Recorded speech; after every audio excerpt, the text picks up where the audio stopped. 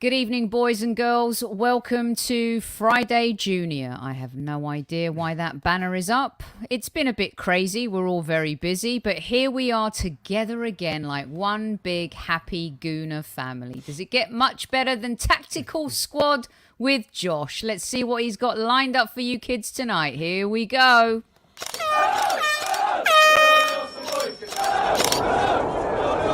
Mind the gap between the train and the platform.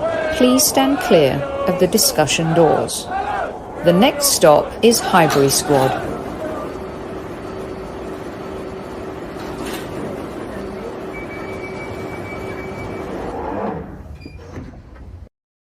Just the 2 minutes late and they're wanting me to brandish cards left, right and centre. Super Kev looking dapper on a dicky bow. I'm trying to keep up with you. I'll put my old school girl tie on today. Beat them. They don't tell who. You don't tell the referee who. That's a yellow card. If you tell the referee who's supposed to get booked, that's a yellow card. So remember that, Sophie. So come on, I want to see some movement here. Kev, could you? Unprecedented. I could give the entire chat a yellow card. That's right. Whoever was in the chat who mentioned it, yellow. There It's you done. go. There Everyone you go. in the book. Everyone in chat. What in a the start, Josh! What What a a start! start. You've got it all. I go away for a week and the chat box has turned. What's going on? You know why, Kev? Because a player, one of your teammates could do something stupid, and then before you know it, you've stood up, you're in the book, they're in the book, everyone's in the book. Mayhem. It's mayhem. Mayhem. Super Kev looking dapper as Listen, always. Squaddies, yellow cards at ease. I want you to relax now. Let Josh do his thing at ease. Josh, how you doing, mate? I am having what can be best described as the maddest week I've had all year. Changing jobs and giving no notice for either of them. So it's been mental.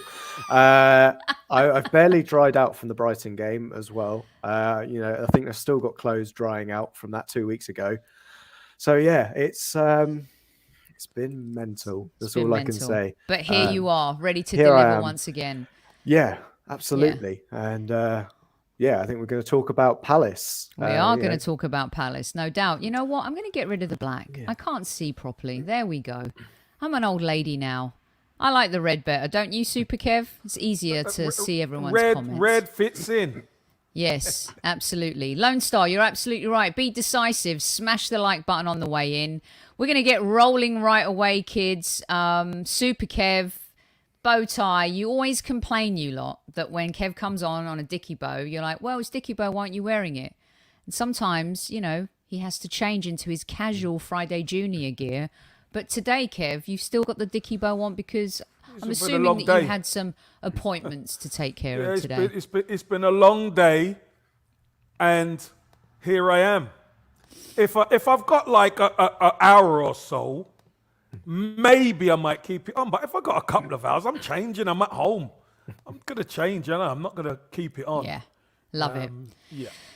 Well, Kev, I've got to say that last night I may have broken a Highbury Squad record for the most dislikes on a broadcast.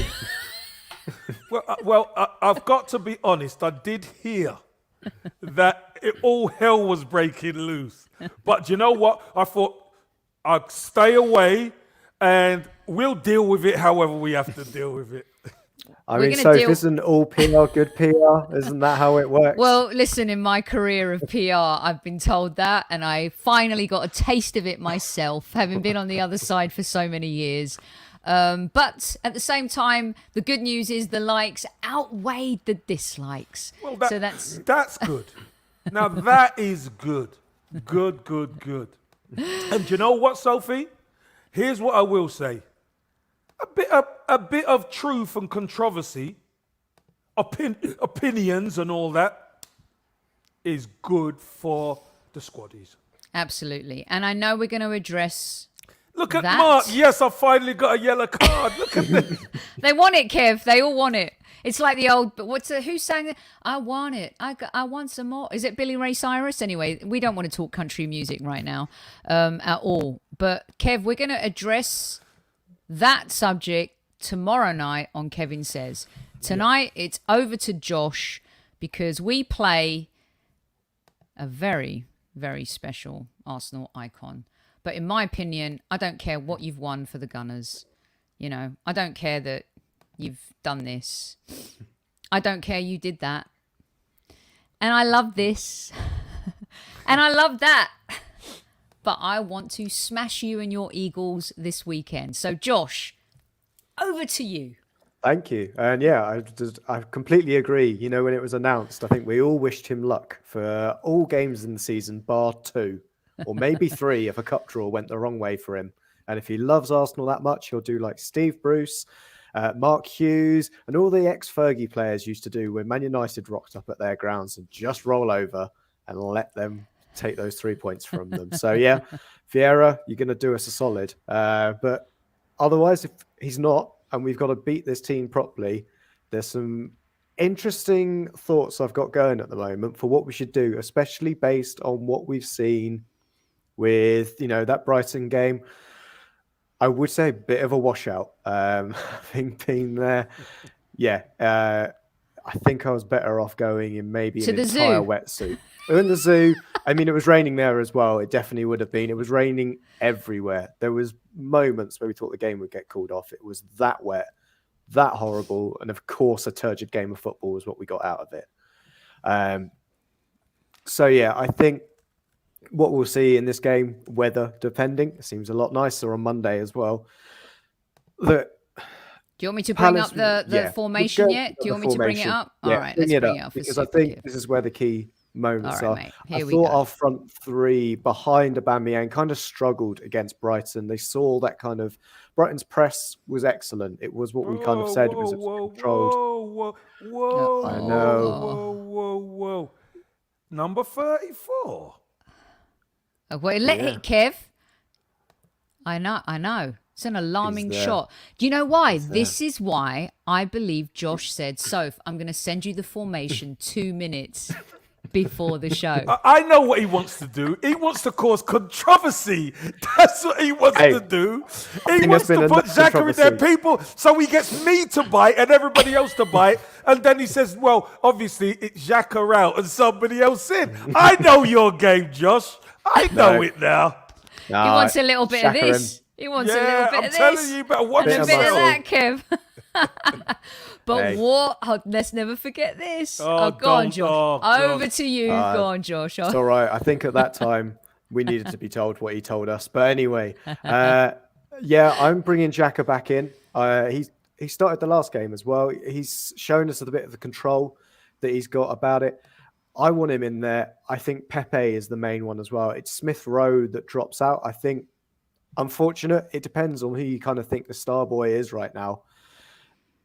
Are you bringing in Saka? Are you bringing in Smith Rowe to kind of bring the balance? Because I'm going to say it, there's a lot of left footers in that team. And I know Arteta is very anal on what players' dominant foot is when it comes to lineups, comes to balance in his squad. And for me, I think it's a chance to give Pepe a chance of coming in here, show him what he's got. You know, we've had the international break. He scored while he's away with the Ivory Coast. And I think there's opportunities for him here.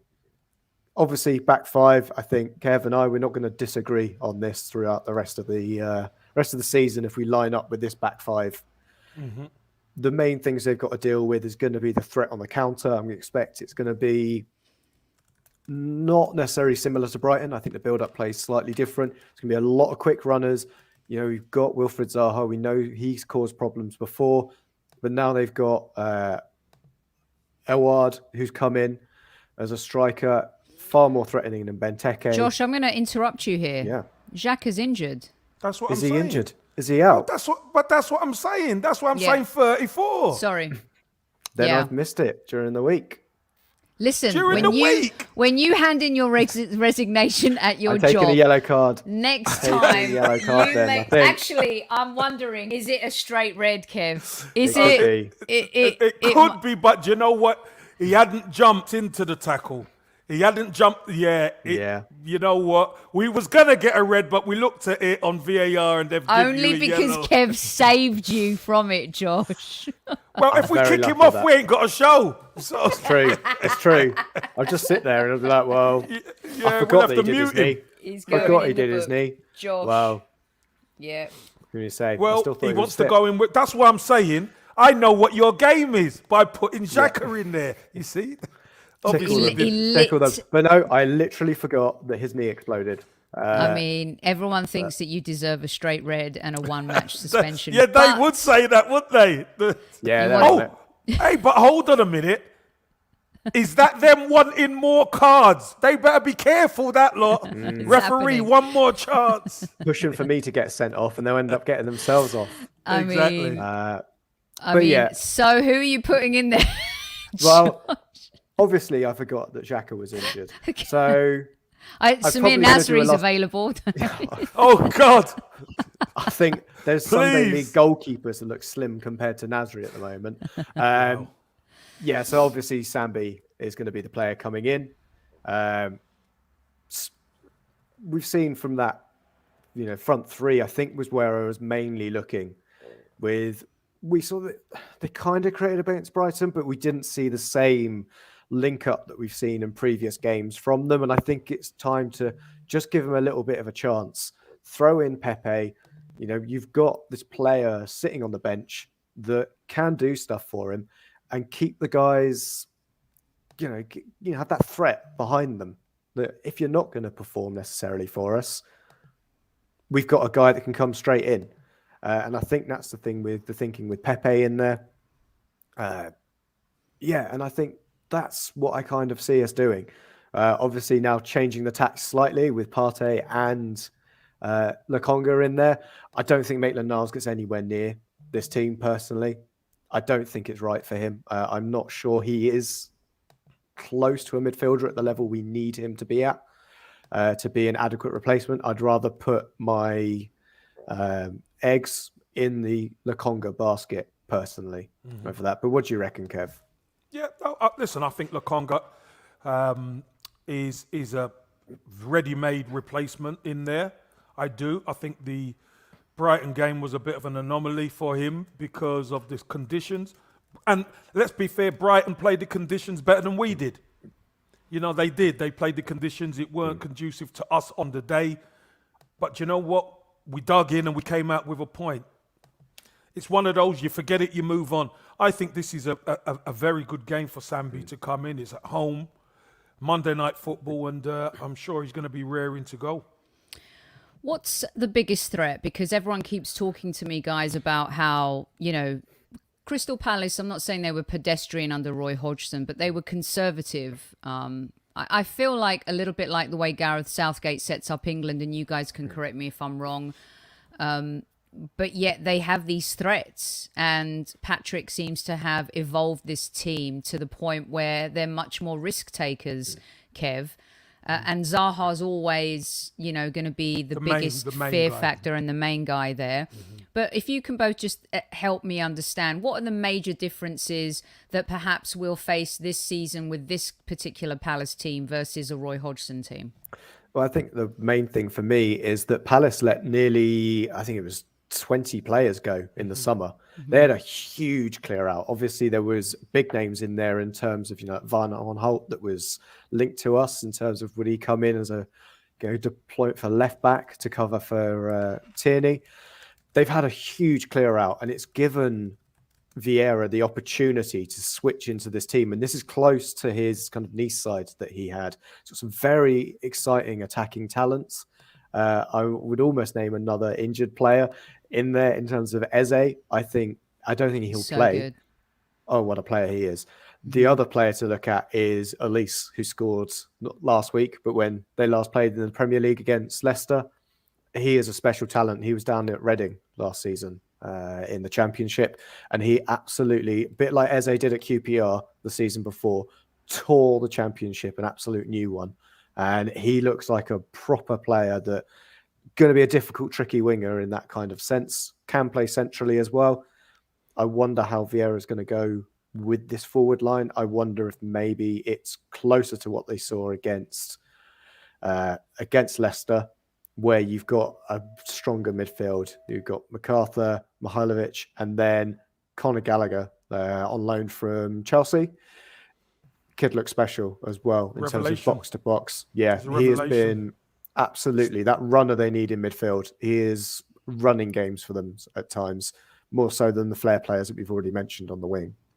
Kev, what's your take on this Palace under Patrick versus Roy Hodgson? And let's be honest, Hodgson did a phenomenal job keeping them up and keeping them in the Premier League the way that he did. It may not have been pretty football all the time, and maybe the reason why Zaha wanted to leave on a couple of occasions, but he definitely added stability to Crystal Palace Football Club, didn't he? Yeah, he did. And, a lot of those players are no longer there, Soph, who had that toughness about them.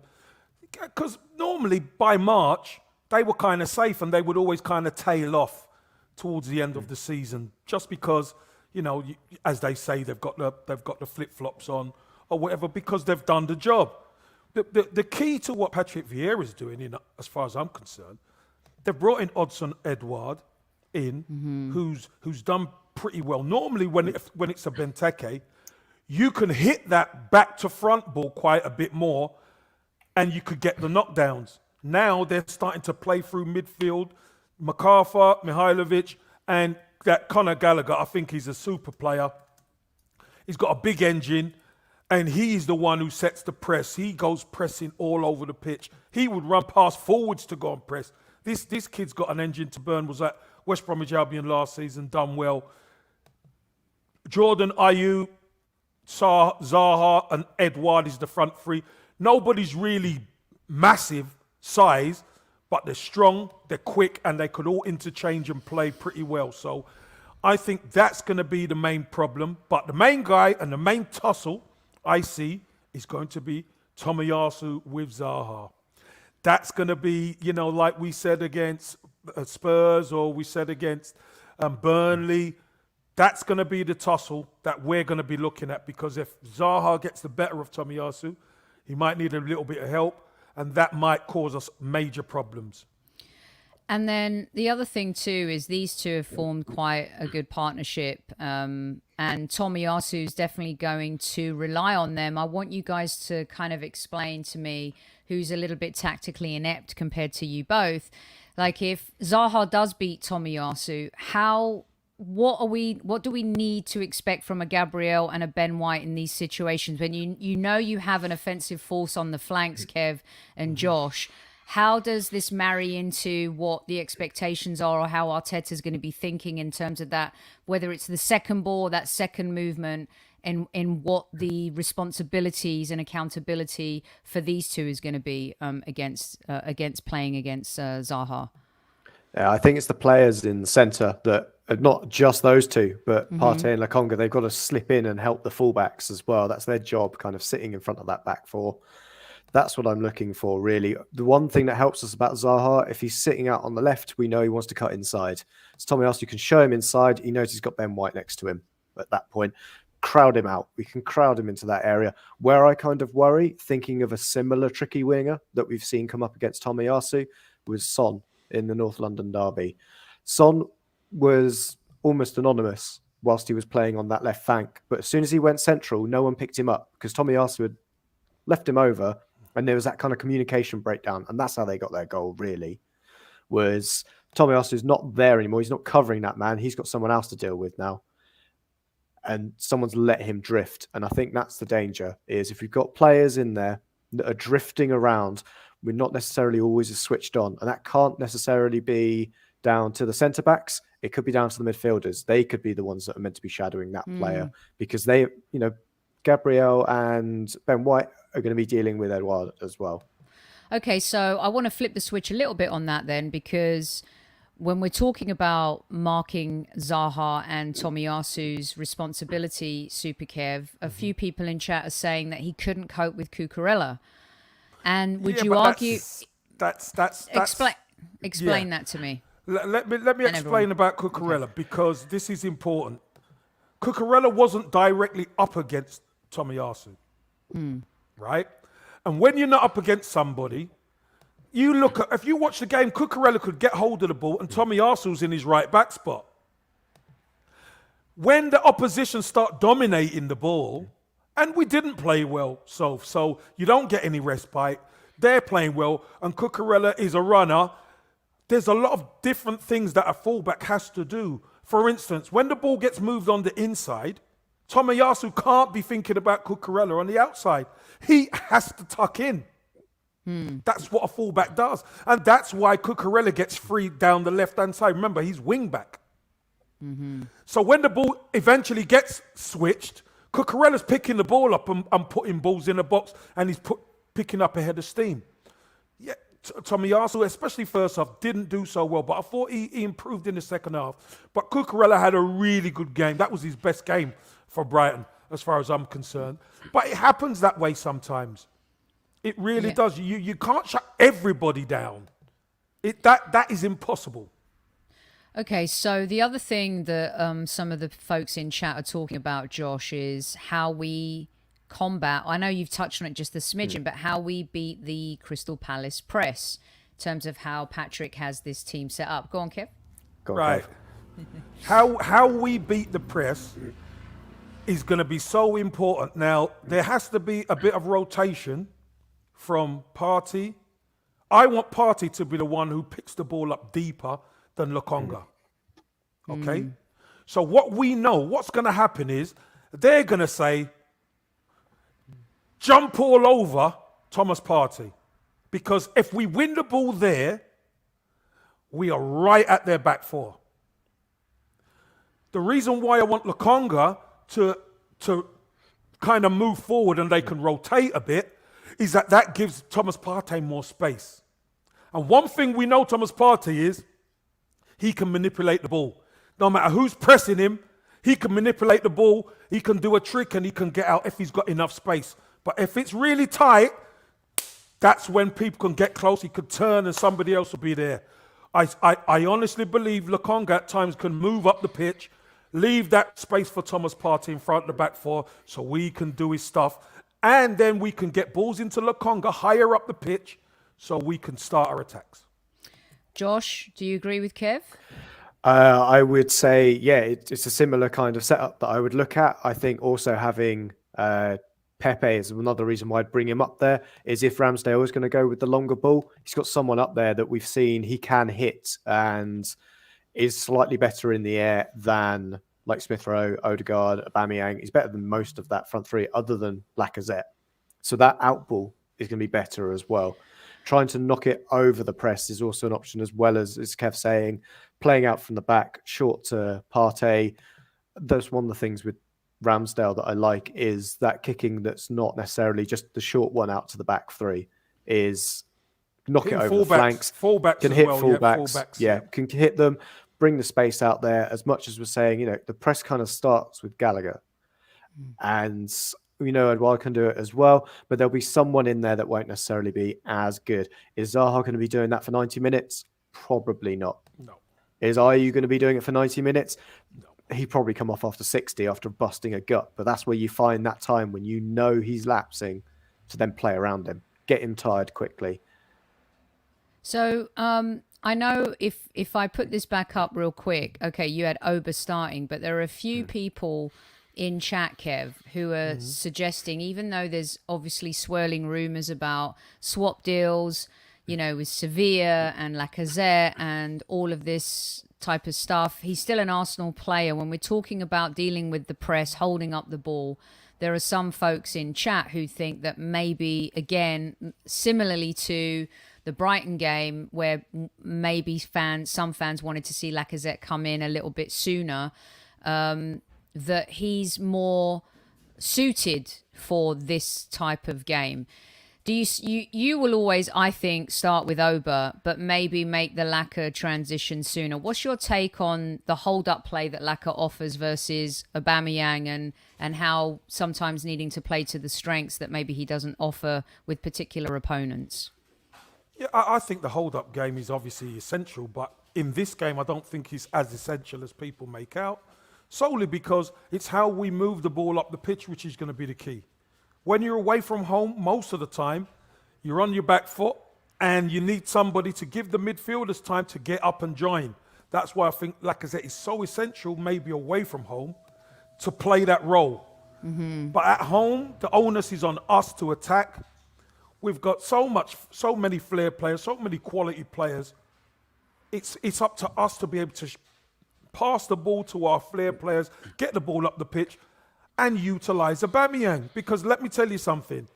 Crystal Palace, no disrespect to Lacazette, they won't be scared of Lacazette. They will be scared of Aubameyang. That's what they will be scared of, especially at the Emirates.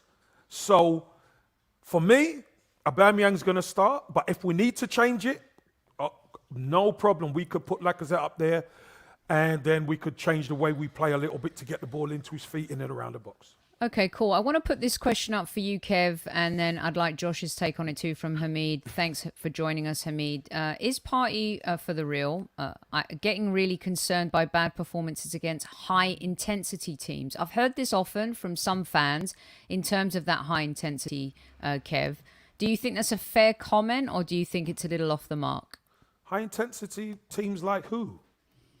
Like any, I guess Brentford. Well, he didn't play against Brentford. He did play against Brentford. Yeah, that's why we lost. But if you can give us some examples of the high intensity teams that you're talking about, but in theory, Kev, that makes no sense. I'm guessing he's talking about the Brighton game, and it's not just Partey's fault that Adam Lallana was running that midfield. Because I remember saying but you said, Josh, deal with Lallana. You deal with Brighton. This is why Josh, hold on. Hold on. Kev, hold on 1 second. Josh did say Lallana was going to be the biggest problem. I'm trying to redeem him for the Xhaka selection. Sophie, I know all that. I'm only going with the question. Okay. The question was about Thomas Partey. The key is you can have bad games, but if you look at us as an attacking force, as a midfield and as a front, we were awful on the day. It wasn't just that because Brighton pressed us. Every team tends to press you. We've seen Thomas Partey press. Leeds are one of the best pressing teams. We've seen him play excellent against Leeds. So all this nonsense about pressing teams, to me, it makes no sense. It's either he has a good game or a bad game. And most of the time, he has a good game. He didn't have a good game against Brighton. It seemed Brighton seemed to trap us time and time again. Why? Because we just weren't good enough on the ball. And that's just not Thomas Partey. That was all of us on the day. I think when we're looking against high-intensity teams that we're playing against, every player has struggled in the Arsenal squad generally against those games. It's not just Partey. I'm thinking about the Spurs game. That's a high-intensity pressing team, wasn't it? And he fucking ruined them. So... Pardon my French. Look at Josh giving it some now with the old... He got the yellow. He's been beaten. Yeah. Josh, you're skating on the edge, but I like your style. I like your style. I'm like Matthew Flamini on a yellow card. You're going to be worried all game. 5 minutes in, I've got it, and you're thinking, we should probably take him off after 10 minutes. Oh, jeez. Because I'm not mentioning the other guy, the number 34 again. again. You keep making tackles. I'm still making those tackles all day long. Oh, so, and you've got now there's 4 match bans and some are with you dropping the F-bomb. You've got them back. You've won some of the squaddies back. Okay. I wish I could put something over this Xhaka thing here, but okay. So no ESR, and that's because maybe he's carrying a slight knock, or no ESR because you wouldn't play ESR against Palace, Josh. I think we know about my knowledge of the current injury crisis at Arsenal, so I don't know if he's got a knock. But no, the thought tiny, maybe teeny tiny he hasn't, one. He hasn't. No, he hasn't got a knock. He played, doesn't he? And he's all right. He's all right. I do know that he did play in the international weekend or international break. I would. He scored a phenomenal goal and ran like Yeah. a roadrunner, like that old cartoon. Definitely. Yeah. Meep. Yeah. Meet me. Yeah, I would. I would have him playing generally, but it's the choice of. He seems to be right now the first player out if we bring Partey in. Odegaard, I think, has struggled. We're talking about one game, to be honest. We're fundamentally talking about the Brighton game. An international break does wonders for certain players, and that's why I think bringing Pepe in, bringing a new kind of option in there, just kind of mixing it up a little bit, because otherwise, everyone's just going to go back and say, well, we know exactly what team Arteta's putting out right now. Maybe not me if I look at the midfield, but I think everybody else will know generally who's fit and available. That'll be the team that comes out. And I wonder, there's nothing on ESR that he doesn't make the team. I was thinking it was between him and maybe Saka, but I don't think you're dropping Saka because, again, man of the match performance for England at the week. I know people will go, oh, it's the opposition, but I think he's been superb. And I don't think you can drop him right now. And I think we look great with Odegaard in the number 10 slot. I think when he's on his game, we have been fantastic. So unfortunately, ESR's only out because of the other two that I would want to keep in. Was it Dan Potts, Kev, that was willing to drop Odegaard in order to fit these other players in? I just don't see how... He wanted to drop him for Martinelli. Yeah, for Martinelli. But Kev, I don't see how you cannot have Odegaard starting every single game. So please, for me, please tell the folks from the top of the mountains. For me, Odegaard starts every game. Brain power, smarts, taking care of the football. His vision. I think when he's not there, we don't have that quality. I don't see Pepe starting, Josh. If I'm honest with you, I think Smith Rowe, of all the players against Brighton who done okay, I thought it was Smith Rowe. He didn't have much of a supporting cast, but I thought Smith Rowe done okay. Partey was poor, Odegaard was poor. We know all the others. Lokonga was okay, but weren't great. But I thought the shining light for us was ESR. So that's his last game. We weren't great. You're not dropping anybody else, but you drop ESR. I just can't see it. Odegaard didn't play well at all, but I don't see him getting dropped. I think you keep the same 11. And the fact of the matter is, Josh, and here's the other thing. We talk about wanting consistency. Well, to have played the same team for the third game is consistency for us. And that's what I want. That's what I want. Or second game, because Lokonga's in for Xhaka. Get a bit of continuity. Get everybody. That's how everybody's going to understand each other's games, etc. Get them on the pitch. If you need to change, fair enough, you change. And if somebody really plays poor, then you bring on a Pepe or Lacazette or Martinelli or whoever, top end of the pitch.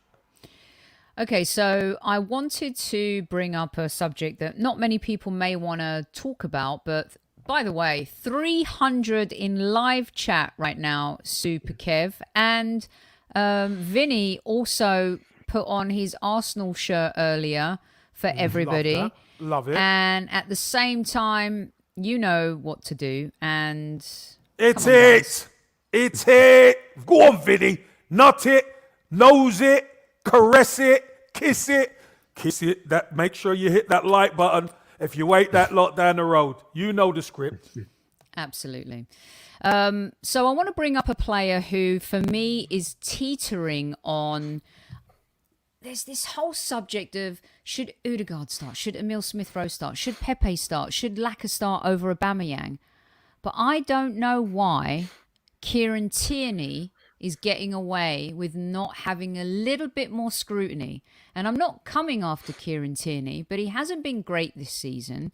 But yet there's no conversation about whether or not he should start certain games. I know Nuno is not 100. If we're saying Martinelli's not ready in some regards, or some folks are saying Martinelli's not ready in some regards, Josh, At some point, if Kieran isn't playing the way he did last season, am I being too harsh? Should we not be looking at that in a little bit more depth? Why does he automatically just get to start?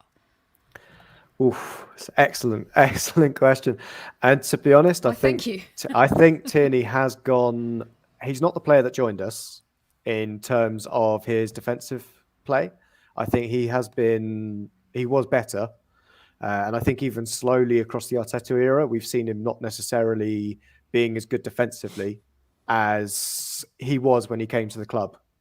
But then the role he's being asked to do is also a bit different. Explain that for folks like me who aren't as tactically astute.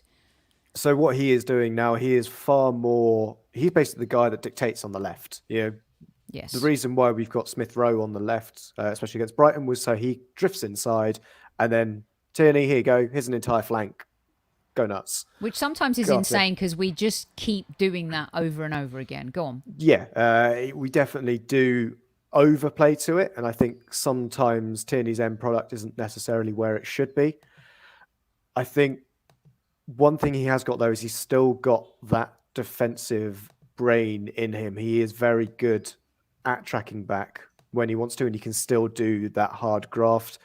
He is great for the kind of press. He's great for the mentality of the team. I think Arteta has said it, that, he was the guy when he turned up the club that he was like, right, all you lot, you train like this guy, because this guy's got the heart, he's got spirit, he's got the energy, he's got the right mentality for what Arteta wants to bring to it. Tavares, I think he is just as good, not necessarily better, but just as good as Tierney going forward. He is slightly more suspect backwards, but then he looks like a player that's been brought up to be a winger and then said, oh, well, you come through Benfica Academy. We've got a shed ton of wingers. You have tried left back. And it looks like he's still doing that kind of getting his understanding of what it means to be a left back. I can see Kev's getting ready for this. He's warming up. He's stretching. He's going to give me knuckles. both. I wish I could barrels. give a knuckle sound crack. Oh! There we go. All right. There you go. I never... Kev. I love it. We'll capture that. Do it a few times. Sinister. That's what that was. Go on, Josh. Sorry. But yeah, I that's where I think that Tavares is a good option for it. I'd like to see him brought in a little slower rather than saying, oh, sorry, Tierney, yeah, you're not starting the game, and bring Tavares straight in. But I think as a unit, defensively, we've looked, how many clean sheets have we kept? We're not conceding goals right now. And even though I've said Tierney isn't the best. Yeah. 3 and 4. Yeah, he's not necessarily defensively as good as he was when he came here. He kept clean sheets. So I'm not necessarily going to change my defence that quickly. But I think there is opportunities maybe later in the season to blood Tavares, but it's not necessarily right now. And definitely not in the case of the starting position in the lineup at left back. Over to you, Kev. I think you've been very harsh. To be honest, I think you're being very harsh. For me, the fact of the matter is now he's got a supporting cast at the back. Number one thing is to be able to defend. Number two, as Josh quite rightly said, he's got to run. He's got to pick his times when he makes that swashbuckling run. Before, we saw Kieran Tierney up and down all the time. And what did he keep doing? He kept breaking down. Everybody loves him. Everybody loves Kieran Tierney because he's up and down. He's doing this. And he's breaking down. Now, keeping clean sheets, that is what your job is, number one. Keep them clean sheets. Then, you're expecting to be a feeder. You're feeding the wide player. And when you can go and join in, when the opportunity arises, you go and do that. But number one, Sophie, you're judged on your clean sheets. And they've had 3 clean sheets out of 4. You know what, Kieran? But it's not. Is it because of Kieran? Is it because of Kieran? I mean, he's part of it. He's part of it. He's one of the. He's one of the players. Was one of them. So as a back 4 stroke back 5, that's your victory. You get a clean sheet. That is your victory. You keep that, you're going to win more times than you lose. That's for sure. Yeah. Do you know what I mean? So that is all part. Sorry, go on. Can we admit though that there's a little decline because he's so good, he's been so amazing, and that's where I think I'm being harsh, is because my expectations now are up here, Kev, and maybe that is unfair, but I would say that I know Newman jokes every now and again, but his crossing has been a little off. And defensively, maybe I think because the Chelsea game is still prominent in my mind, but that wasn't maybe his fault. Maybe that was Arteta tactically not making adjustments. He just hasn't been as on it this season as we've seen him save a team last season that was maybe more average than now. I'm not saying he's... He kept breaking down, Soph. This is the point. We've seen him go up and down that left-hand side like a madman and kept breaking down. And then we say he can't stay fit.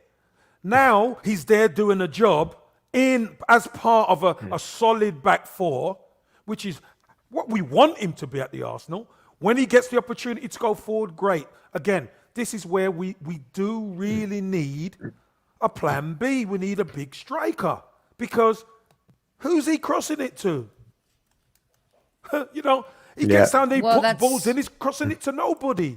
Which is why some of our tactics are flawed, Kev, because you don't have a Lukaku, you don't have a Giroud even in the box. No, but if you're putting in 1,055 crosses every season, what do you expect? You have to play the ball to the feet of the player. We don't have an organic header of the ball unless it's a set piece. But if you we can't even get set pieces right sometimes. How are you going to play it to the? How are you going to play it to the feet of the forward when you're in the crossing position? But that's what I'm saying. It's like we're so intent on passing the ball through those channels that when the ball comes into the box, we don't have like a Lukaku. We don't have, even when we had a Giroud, we don't have like a Cavani. We don't have a Ronaldo. We know that. But why do we keep doing it? Yeah, because you know why, Sophie? If there's a chance to put the ball in the opposition box, and you don't take it, and then you come out, what do you reckon? What do you reckon everyone's going to be saying? Get the ball in the box, because they still have to defend it. So, do you agree with Justin here saying that KT forms that fifth attacker on the left wing? Oh yeah, absolutely. That's basically Arteta's plan. That's Arteta's plan. Yeah, it's fundamentally is to give Tierney that left flank. He is the left winger. He is the guy that's got chalk on his boots. Well, he joins in, doesn't he? He joins in, and I don't mind if Tierney's output goes down, because we've got the players that should have been doing it from like last season and season before that, where you've got Saka, Pepe, Smith Rowe, Aubameyang. They should be the ones that are involved. For me, primarily, their numbers have not been good enough for at least last season. They've got to be improving. Smith Rowe has said and come out and said, I need to be scoring more. I need to be assisting more. It's one reason why we've got to have Odegaard playing. Because although you say, his numbers weren't great last season when he came in, he is fundamental to the way we play. Yeah. Absolutely. More so than the number 34 that I tried to put in with one knee into the starting lineup. Far more fundamental is that guy, and anybody saying that Odegaard shouldn't start for us are just missing out, because the guy is special.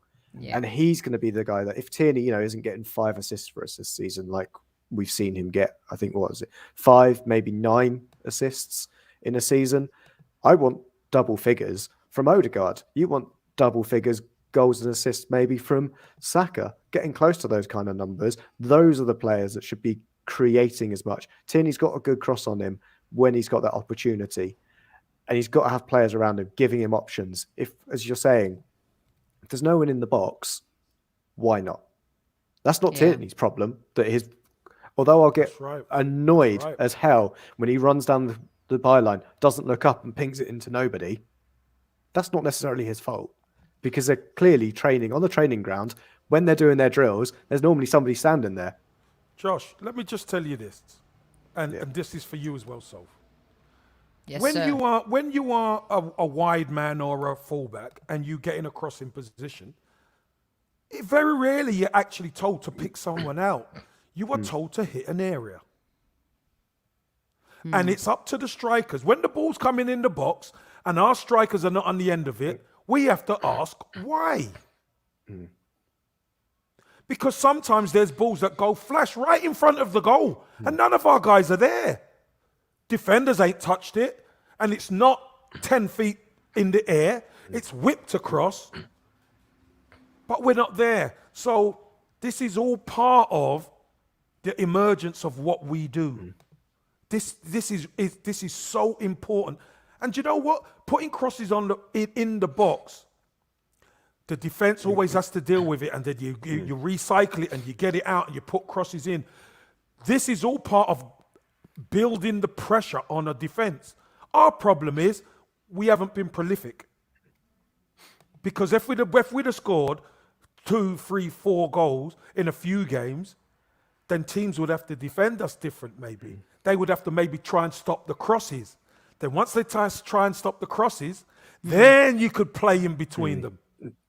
But the fact of the matter is they're happy to sit in there, let them cross it, and they can clear it.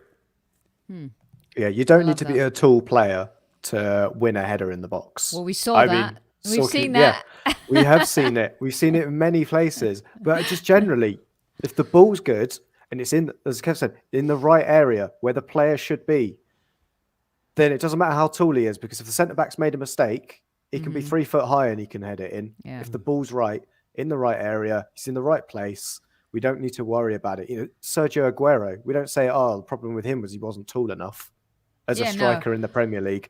And I think he got in the right positions to score headers. And I think that's one of the things that we need to have a look at. Yeah, we're not going to say, oh, they're not going to be scoring towering headers in kind of Aubameyang, Lacazette. We won't get that from them. But they still should be winning balls in the air or challenging a player. You know, you put the centre-back at the near post off his game by you running in for it. He misses it. You've then got your mate in behind, running in. He gets a free header. That's what it's all about the pressure. And it's not just about the one guy that's in there. Get 2, 3 in there. Make those centre-backs think, as Kev was saying, because they don't want to have to do that.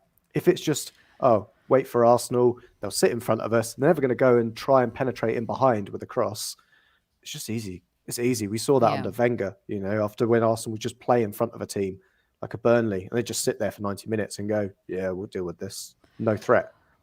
Well, I wanted to ask the Tierney question because some people sometimes, some fans think that he gets a pass. And Anantha, you made a comment earlier, and I wanted to say we totally agree with you that Tammy Abraham would have been a great fit for us, especially considering how many crosses we do like to put in the box. But Jose Mourinho made sure that he did not join the Arsenal. Right, I want to get on to, before we duck out, we've got another 10, 13 minutes left here on the show with Super Kev and with Josh. So if you have any questions, we'll get them in a little bit.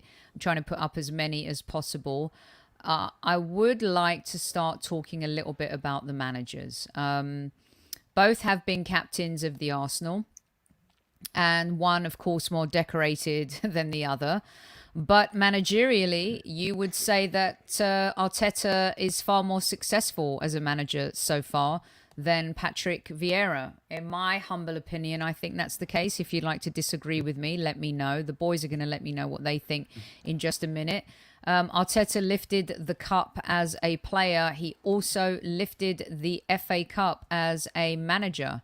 And, you know, you can't argue with that whatsoever. Patrick Vieira, of course, gave us some of our most glorious years, the best years we've ever had, including our Invincible season. We've all been super excited by the trailer that came out today, especially. We've been a very lucky fan base, watching players like this. And then when you see shots like this as well, from one great captain to another, it's been completely awesome. But right now, and another one in the background. Did you see him? Yeah, it's a Kev. This one. Yeah, there he is. There, Pat Rice. I love it. You do not miss a beat, Mr. Campbell. No. You never miss those guys. Never. No. And, you know, both learned from the master. And both experienced really good years at the Arsenal. Arteta's years maybe in the Premier League tougher, of course, than Patrick's. So currently, I'm going to say this, and you guys know I'm not an Arteta fan, and I probably annoyed people by saying that 100 times on the show last night, trying to defend my comments about him from Thierry Henry. He is the better manager so far.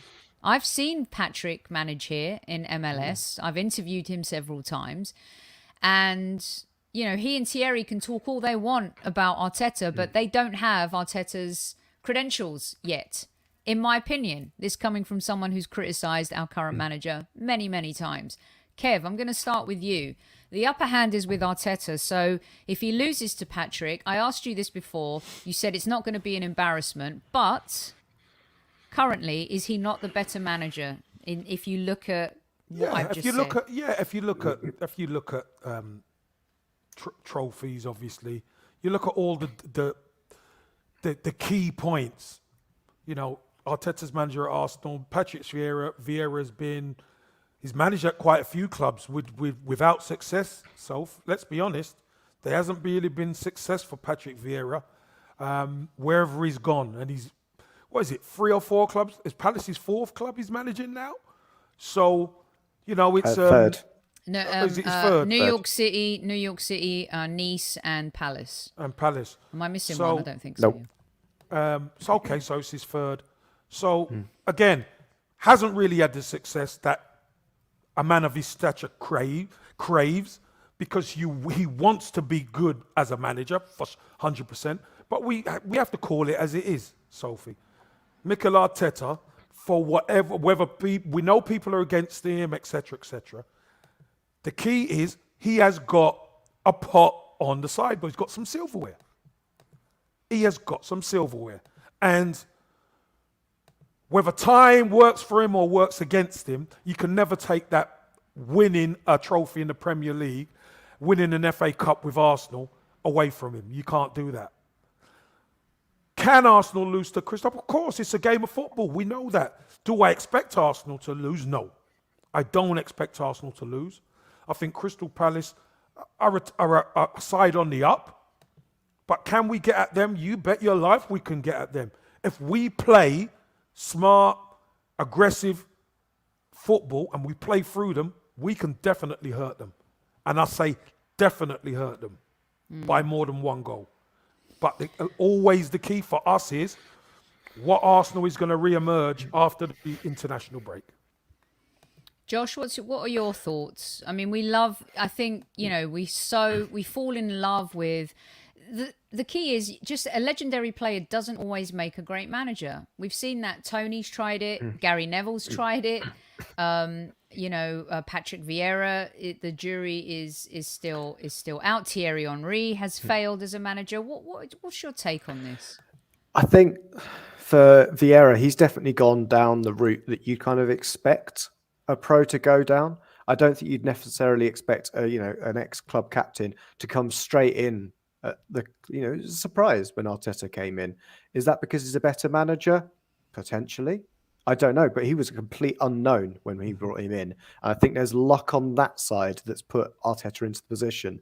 I think we've said, Steven Gerrard, he's gone and done his time with, at Rangers. You saw Frank Lampard go in far too early. Vieira's kind of the way I'm seeing it is you're a manager for a lot longer than you are a player, at least at the top level. And sometimes you just can go slowly with it. And he's building up. He's getting an understanding. I think the job he did in MLS, if I remember rightly, he came in just after their first season, right, where they were shocking because they just didn't build right. And he then got them up to, what was it? He got them into challenging. And the certainly. playoffs, Yeah, got him into the playoffs. He did a good job in MLS. I think, obviously not as good as maybe you look at Atlanta, when they came in as a new club, threw all the money at it, and they were smart. Martino, and they were smart with how they got it, and they obviously swept the board away. But I think the education that Vieira's got, I think he's got a very well-rounded one. Going to Nice, I think he played very well. I think we'd love to have Chris on at the moment, who could have seen far more of him at Nice than I did. But yeah, I think he's kind of gone down the road of you expect him to, and he's gone up to clubs, or at least to progress through leagues. We don't know where Arteta will go from Arsenal. It could be up. It could be a Roberto Di Matteo at Chelsea kind of deal. Where has he managed since he won a Champions League with them? Right. Nowhere. Someone Never mentioned been in a him job. actually. Yeah. Yeah. There's and And Pirlo, and Pirlo didn't manage. He played for New York FC. He managed Juventus, and he failed. He barely had his badges when he managed Juventus. That was a very odd one. And an incredible player who did amazing things in his career, but just doesn't always work out that way. So yeah, I think sometimes when you've got particular systems that you want to implement, that you just look at players that are going, or managers, you look at different ways of doing it. We don't know if Vieira might become a great manager. He might just be a middling manager, like I've mentioned him already, Mark Hughes, Steve Bruce. They do great jobs at the clubs that they're at. And you would say they're a good manager. They're a great manager for what they do within their remit. Good manager, great manager. Do they, are they at the same level as Arsene, as Pep, as Sir Alex Ferguson? Probably not. No. Whilst Kev's getting a load of love as well. Yeah, he's getting a load of love. Load of love. They want him to manage It's all happening. It's all happening. Now everyone wants me to give Carl a yellow for being late. Fine, Carl, you get a yellow for being late. But let me tell you something. He's going in the book. Josh, sorry. And here we go, just to end the show for fun. A retro card. VAR went back and looked at some footage from earlier in the show. And Taib, your third yellow card of the season for suggesting that Kev gets a card and should be suspended. Be very careful. We see everything here. Walls have ears. He said what? He said, Kev, that you should be suspended. So he is getting a yellow card. VAR's looked at it twice now, and I've had the report. He's in the book. This is his third. I'm changing the 2 to a 3 right here in my little black book. Doesn't matter. You know what? 2 more, Tayyip, and you're out, son. If you're joking, you've got to no, put a I don't laughing care. face. 2 more, you're out. You've never seen a ref go, oh, yeah, sorry, you were joking. Oh, you didn't mean to do that. Oh, yeah, sorry, I'll just stick that back away. It was a bit of fun, was it? Bit of right. fun, yeah. Rock him up. No. More cards than Xhaka. Exactly, Martin. Well said. Pulling a Xhaka Mo. Absolutely. Don't mess with us. Well, look, let's get to our predictions. We have 410 in live chat right now. Give us the love. Show it. Give us 250, man. Give us 250 likes, guys. Come on. You know you want to. Kiss it, caress it, touch it, nut it, edit. But just touch that button on the like if you ain't that lot down the road. Exactly. Come on. And if you don't, you have to wear this old tracksuit here. Yes. them bottoms, especially the red ones.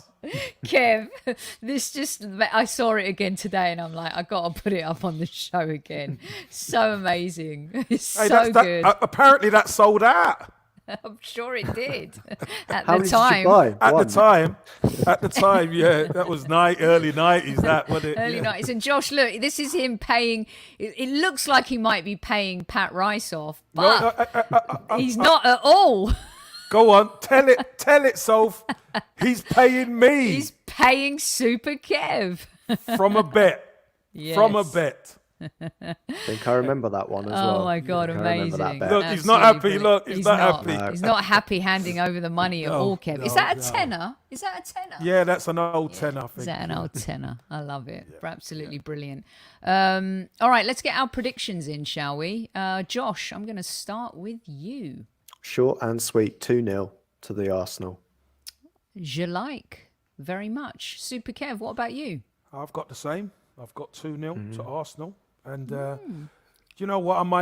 I'm thinking of 3, but I'll go 2. But I was thinking of 3-0. Truth. I'm going to go with 3-1 to the Arsenal. And I think Aubameyang's going to score a brace. So put that in your pipe and smoke it, everybody, and enjoy. Oh, lovely. Yeah. Listen, I want everyone to give Vieira a great ovation. He will. Before, after, we win. Yeah, exactly. We got 2-1s, we got 3-1s, 2-1s, 3-1s. Taib is now not using Twitter. It's probably because he's got a yellow card. 1-0. Eagles. We got an Eagles fan in the house. That's fine. Oh, Luke, that's fair. That's fair. So yeah, 2-1s. Everyone has us being victorious. Kev, Give me some money for my birthday. He put money behind the bar the other night, Soph. You must have missed it. You probably aren't old enough to drink anyway. So here we go. Hi from Ghana. All good. I have something else to share with you guys before we go. Our good friends at Football Prizes, of course. They've got another golden ticket for you guys. Sol Campbell signed and framed Arsenal shirt. One of the most glorious moments, him signing from Spurs. Doesn't get much better than this. Go over to Football Prizes, grab your ticket. The auction is tomorrow. You can have Sol Campbell hanging on your wall. And every time you look at it, you can laugh and say, ha, ha, ha. You know, he left the Spuds and came to us, Super Kev. That was quite a moment, wasn't it? Oh, it was sweet. And it is Dickie Bow Thursday. And Kev, someone sent this to you. Yes. Someone on Twitter sent it to me. It's right? so good. It's Yvonne Wilson, who is an Everton fan, but she wants to get involved in Dickie Bow. And look at it. Look how lovely. Rocco. Man. His name's Rocco. Rocco. Yeah, I wants to love join it. in on Dickie Bow Thursday, so that's nice. I love it. Rocco and Vinny can be friends. Another superb show this evening. Kev, look at Taib. He's crawling. It's too late now. Too late now. You're in the book. We do support the ladies. In fact, there'll be a pre-recorded post. Look out for it. Anu giving you guys an update on Arsenal women from the league. And then she will also be posting something in a few days on the Champions League as well. So we support our women very, very much here on this show. And we will have a little short for you, about 10 to 15 minutes from Anu, on how the Arsenal have been in the league and stuff like that. She'll touch on the game tonight, and then she'll have a review. And of course, this is the picture of the week, Kev and Josh. Two legends. Come Yeah, on, Kev, absolutely. Two absolute legends. Obviously, you all know about that guy with the hat on, Ian Wright. You know about one of my strike partners at the club who broke the record and has been phenomenal. But that young lady there is Maria. And do you know what? She goes to all the Arsenal games, and you used to hear her shouting, "Come on, you Gunners," and all that kind of stuff. I think her voice isn't quite what it was, so maybe you don't hear her now. But she is an absolute legend. She used to come to the youth games and everything. And what a beautiful human being she is as well.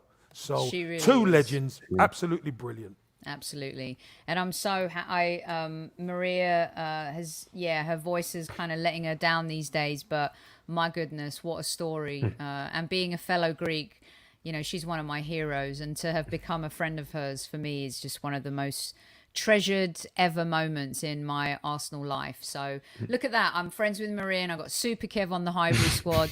What more can a girl ask for? And you got tactical Josh. You got tactical Josh on as well. He I survived. don't think I can go into that kind of into that crowd just yet. I'll be on the outside with some me and Flamini, me and Xhaka. We'll be there. We're in the lower level of the Arsenal hierarchy right now. That's top tier. And of course, Newman has to come out with, "I once lived with a girl called Maria." We don't need to know that, Newman. Tactical Josh, I tell you something. You took it early on. You bounced back. It's been great. I hand it over to Super Kev. We're going to be back tomorrow night with Kevin Says. We've got some fantastic questions he has some fantastic subjects lined up for you. It's going to be absolutely brilliant. Look out for the Arsenal Women's update a bit later on, pre-recorded, posted. And we're also going to have our Talented Gooners premiere go out tomorrow night as well. Super Kev, it's over to you. Tactical Josh, he made one mistake, got a yellow card, but he came back. He was getting stuck in, and he survived. He stayed on the pitch for us. I love that, Josh. Brilliant. Hostess with the mostest, Sophie. You caused a stir yesterday, but you calmed the waters today. I like it. And you squaddies, as always, you didn't start off great. Tayyib messed up, but we love you, squaddies. And you have a good evening, a good day, and a good night, and at ease.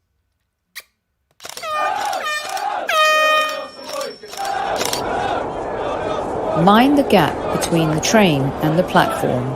Please stand clear of the discussion doors. The next stop is Highbury Squad.